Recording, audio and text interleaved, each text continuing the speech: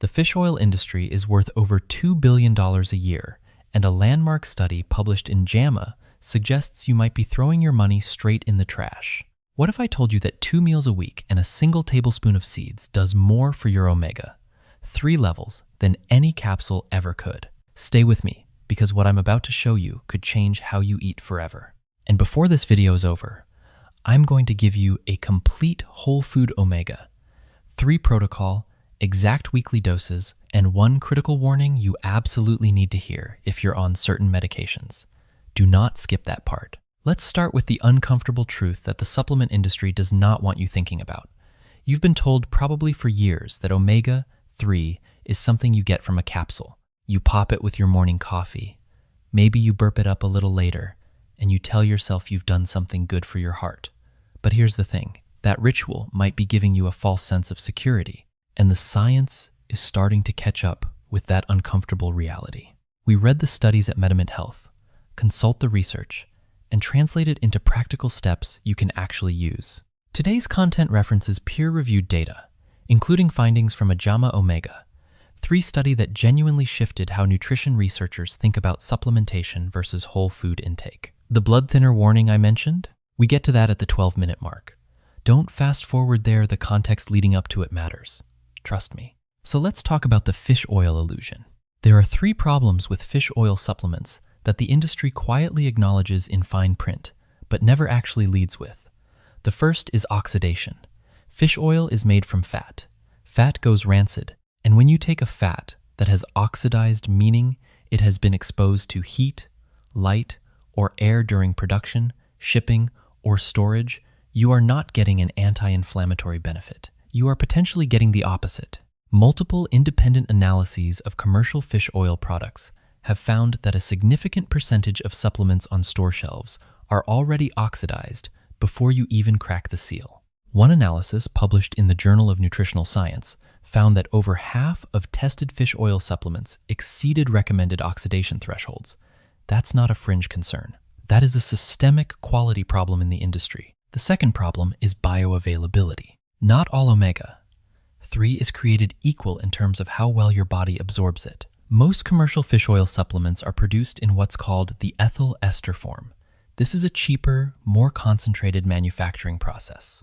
But the ethyl ester form is absorbed significantly less efficiently than the triglyceride form found naturally in whole fish. Your gut enzymes are designed to break down triglycerides. They were not designed for ethyl esters.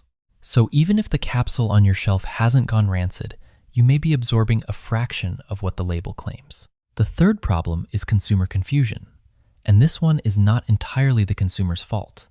Have you ever flipped your fish oil bottle over and actually read what form the omega-3 is in? Most people haven't, and most labels don't make it easy. Here's what you actually need to understand. There are 3 types of omega-3 fatty acids. ALA, alpha-linolenic acid, is the plant-based form. It's found in chia seeds, flax seeds, and walnuts. EPA, eicosapentaenoic acid, and DHA, docosahexaenoic acid, are the marine forms.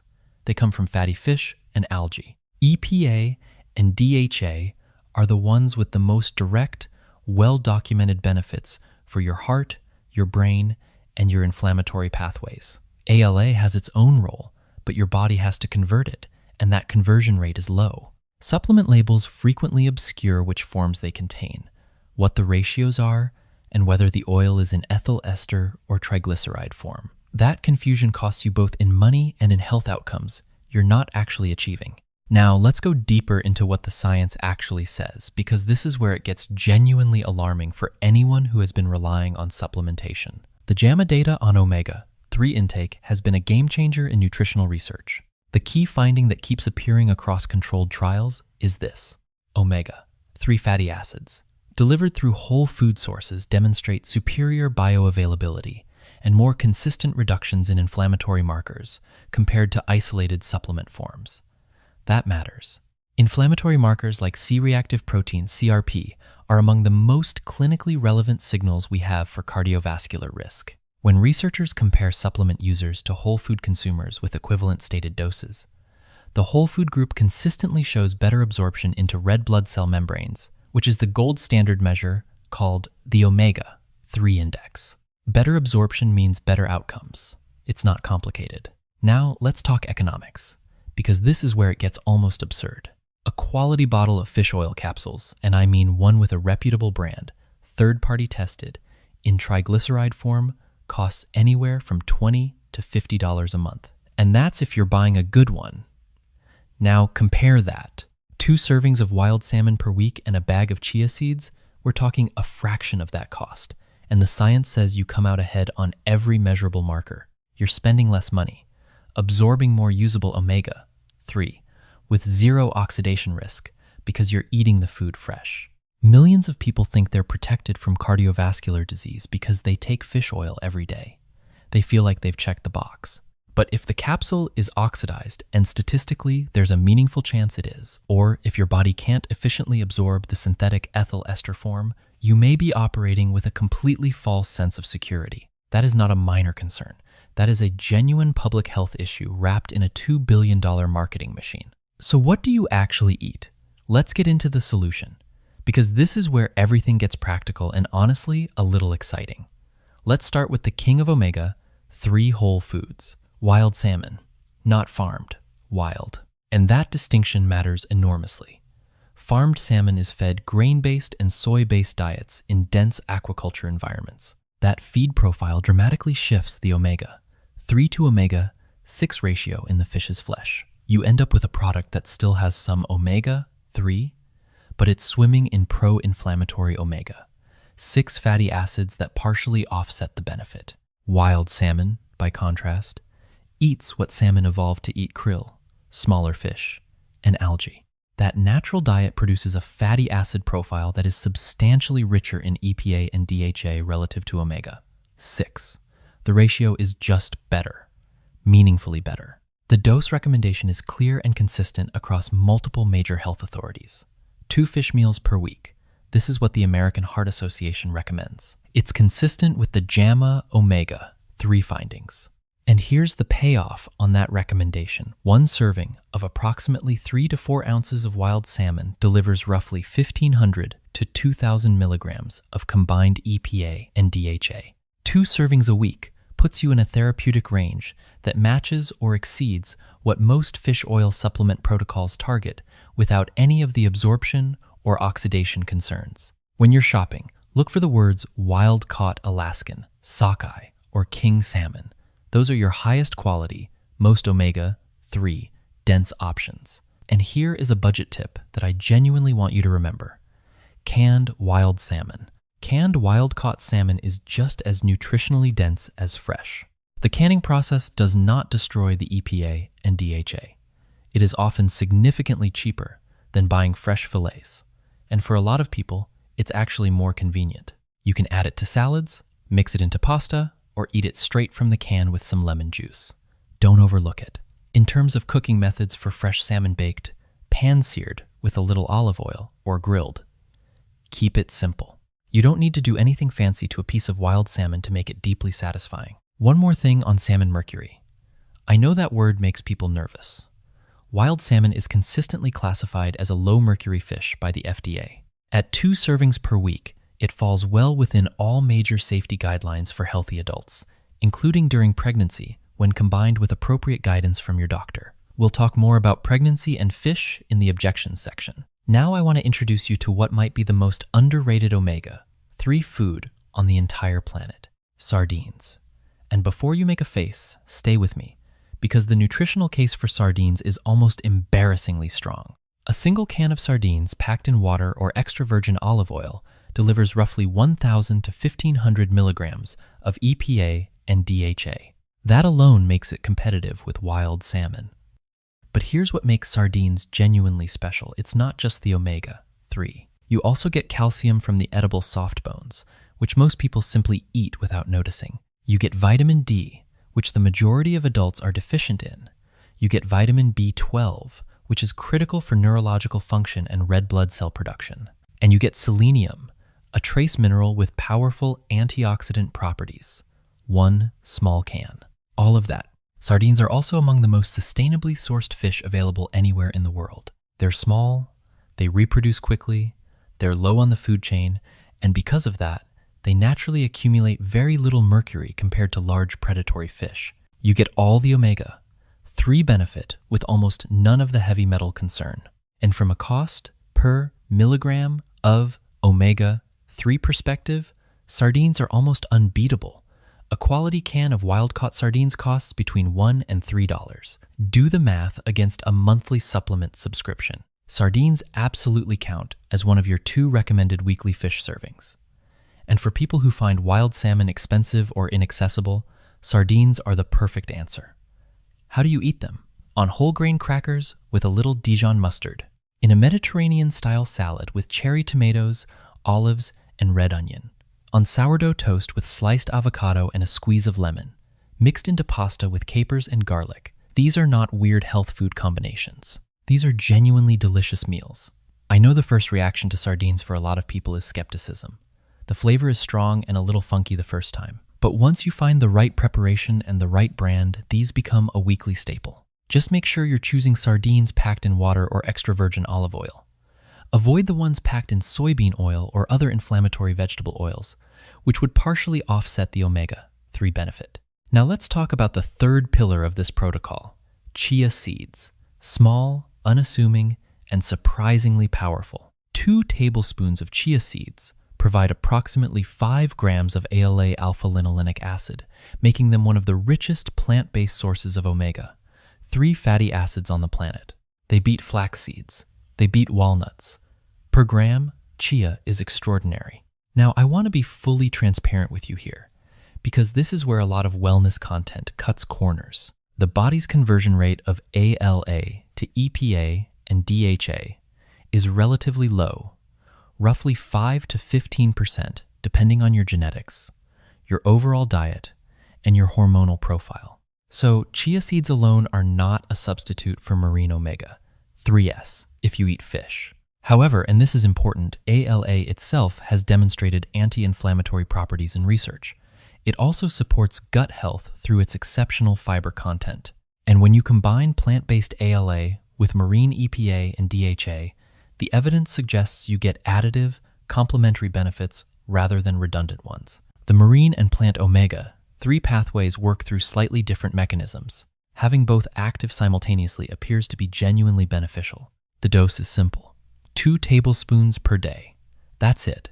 And the practical ways to hit that dose are almost endless. Stir it into your morning oats or overnight oats, blend it into a smoothie, it virtually disappears. Mix it into yogurt. Make chia pudding the night before by combining it with almond milk and leaving it in the fridge. You can even just stir 2 tablespoons into a glass of water, let it sit for 10 minutes until it gels, and drink it. Not the most exciting option, but it works. Beyond omega-3, 2 tablespoons of chia seeds also deliver about 10 grams of fiber, which supports satiety, stabilizes blood sugar, feeds your gut microbiome, and aids in cholesterol management. You also get calcium, magnesium, and phosphorus. It is one of the most nutritionally dense things you can add to your daily routine. Now let's bring all 3 of these together into a protocol you can actually use starting this week. Here it is, and it's worth writing down or pausing to screenshot right now. Eat 2 servings of fatty fish per week, wild salmon, sardines, or one of each. Add 2 tablespoons of chia seeds every single day. That's the whole food omega-3 protocol. Here's how that might look across a real week. Monday morning, chia seeds stirred into your oatmeal with some berries and a drizzle of honey. Wednesday evening, a pan-seared wild salmon fillet with roasted vegetables and a side salad. Friday lunch, sardines on whole grain toast with sliced avocado and lemon. Saturday morning, chia pudding prepared the night before with almond milk and a handful of blueberries. That's genuinely not a difficult week of eating. It's not expensive. It's not complicated. And it delivers roughly 3,000 to 4,000 milligrams of combined omega-3 fatty acids per week from highly bioavailable whole food sources. That matches or exceeds the targets set by most supplement protocols without oxidation risk, without poor absorption, and at a significantly lower cost. Now here's the moment I promised you in the first 30 seconds. The warning your doctor would want you to hear. I need you to stay focused here, because this matters. Omega-3 fatty acids from both supplements and whole foods consumed at meaningful levels have a mild anticoagulant effect. In plain language, they have a mild blood-thinning quality. For healthy adults with no medication interactions, this is actually part of why omega-3 is so beneficial for cardiovascular health. It supports healthy circulation and reduces platelet aggregation in a way that lowers clotting risk. But, and this is critical if you are currently taking warfarin, which is also known as Coumadin, or if you're on aspirin therapy, clopidogrel, which is sold as Plavix, or any other anticoagulant or antiplatelet medication, significantly increasing your omega-3 intake could amplify the blood-thinning effect of those medications. That can increase bleeding risk. This is not a theoretical concern. It is a documented pharmacological interaction. So here is the guidance. If you are on blood thinners or any anticoagulant medication, do not dramatically increase your omega-3 intake from any source, food, or supplement without speaking to your physician or a registered dietitian first. If you have surgery scheduled in the near future, inform your doctor about your omega-3 intake. This also applies if you're taking high-dose fish oil and wondering whether to switch to food sources. Have that conversation with your healthcare provider so your INR or other relevant markers can be monitored appropriately. Other groups who should consult a doctor before significantly increasing omega-3 foods: people with documented fish or seafood allergies, pregnant women who need personalized guidance on fish variety and frequency, and individuals with specific metabolic or lipid conditions that may affect how they process dietary fats. This is not a reason to be afraid of omega-3 rich foods. It is a reason to be informed and to have a conversation rather than just quietly changing your diet without telling anyone. That conversation could genuinely protect you.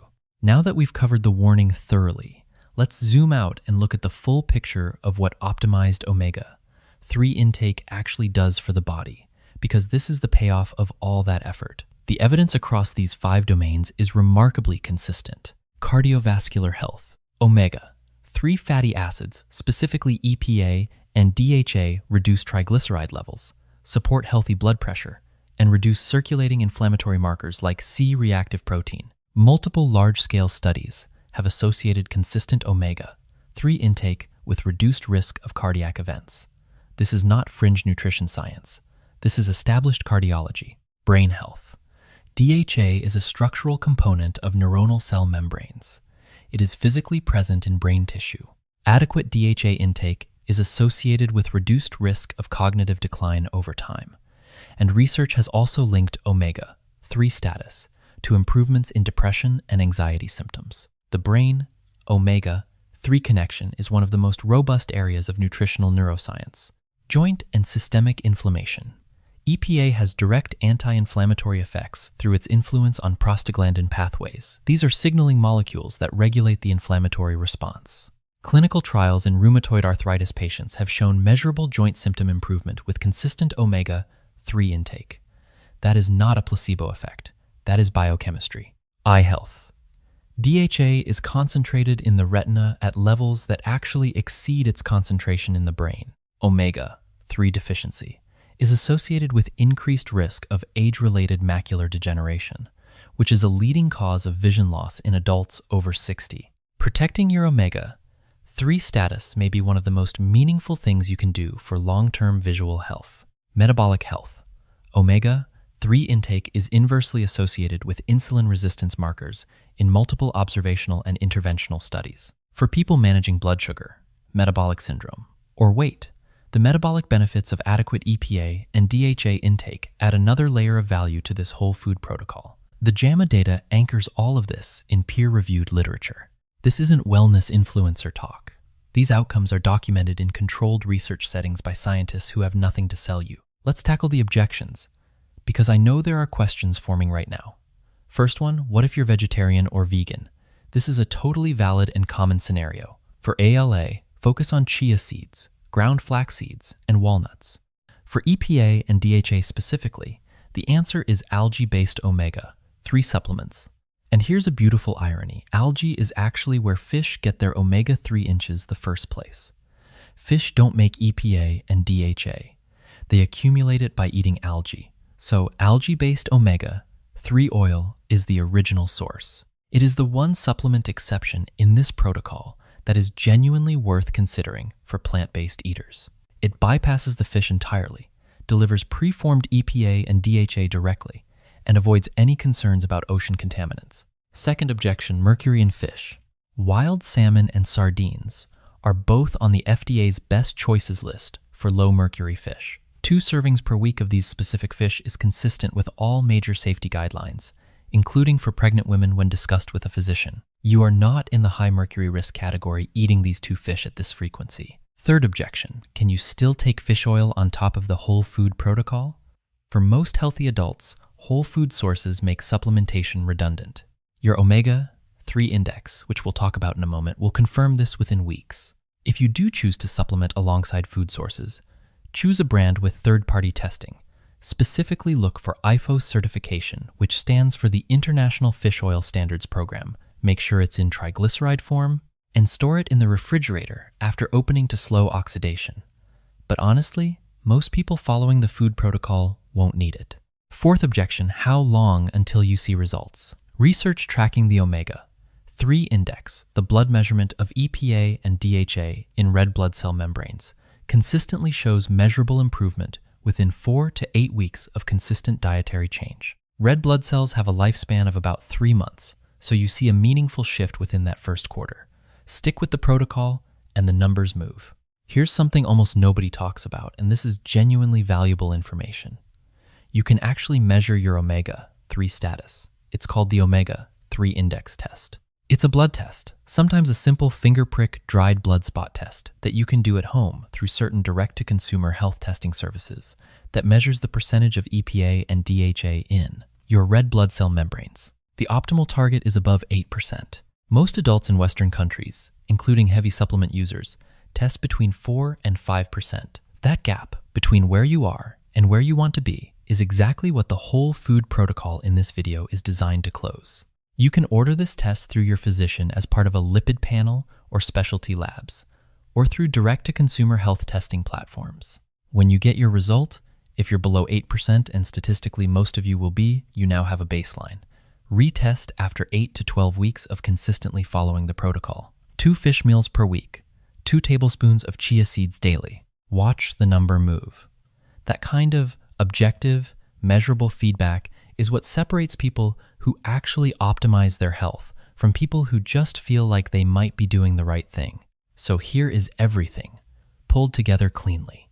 Your whole food Omega-3 protocol, 2 servings of fatty fish per week, wild salmon, sardines, or both. 2 tablespoons of chia seeds every day. If you're plant-based, add an algae-based DHA supplement as your marine source. If you are on blood thinners, anticoagulants, or any antiplatelet medication, talk to your doctor before making changes. Test your Omega-3 index to get a baseline and track your progress. That is it. That is evidence-based. That is cost-effective. And the research says it works. If this video changed how you think about Omega-3, hit the like button right now. It genuinely helps this content reach more people who need this information and might be spending money on oxidized capsules when they could be eating wild salmon and chia pudding instead. Subscribe for evidence-based nutrition content every single week. And drop a comment below. Are you Team Salmon, Team Sardines, or are you about to become a chia seed convert? I genuinely want to know. The comment section here is one of the best parts of this community. And before I let you go next week, we are breaking down the single most overrated supplement in the entire wellness industry. Not fish oil. Something even bigger, even more hyped, and even more aggressively marketed. And we'll show you the whole food that replaces it completely. You do not want to miss that one. This content is for educational purposes only. Please consult your doctor before making health changes.